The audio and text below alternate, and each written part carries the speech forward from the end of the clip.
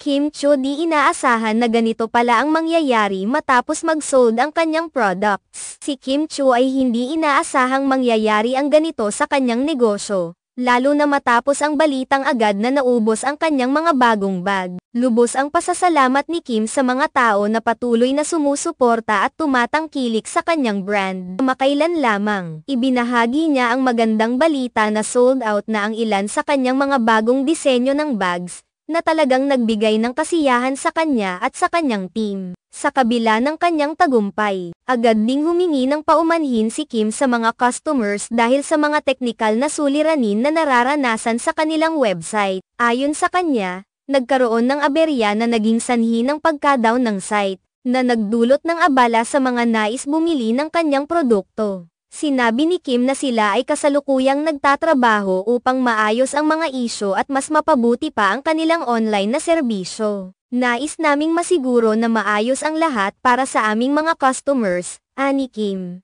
Sobrang pasasalamat ko sa kanilang pag-unawa at suporta. Dahil sa kanyang dedikasyon sa negosyo, hindi may kakaila na unti-unti nang nakikilala ang brand ni Kim sa industriya. Nakita rin ng marami ang kanyang pagsisikap na i-promote ang kanyang mga produkto sa pamamagitan ng social media, kung saan madalas niyang ibinabahagi ang kanyang mga bagong disenyo at kung paano ito gumagamit ng mga dekalidad na materyales.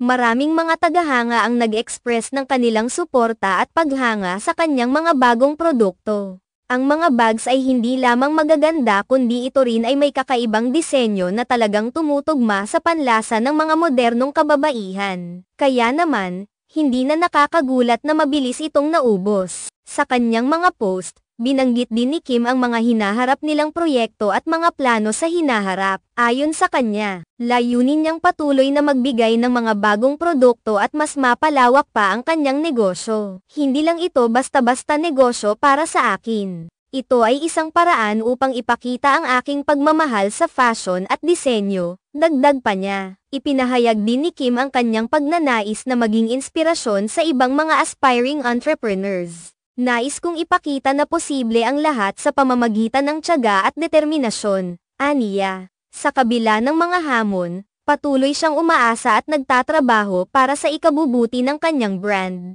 Bilang isang artista, siniguro ni Kim na ang kanyang brand ay sumasalamin sa kanyang personalidad.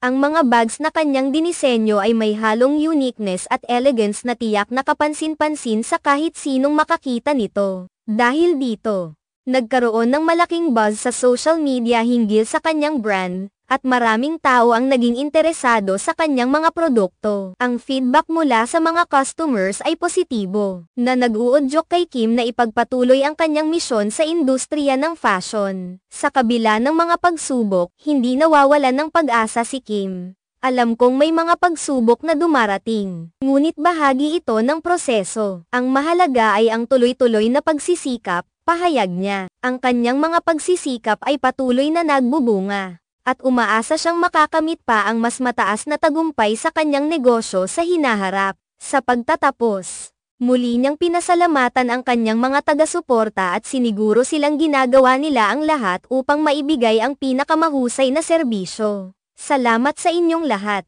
Patuloy kaming magsusumikap para sa inyo, aniya.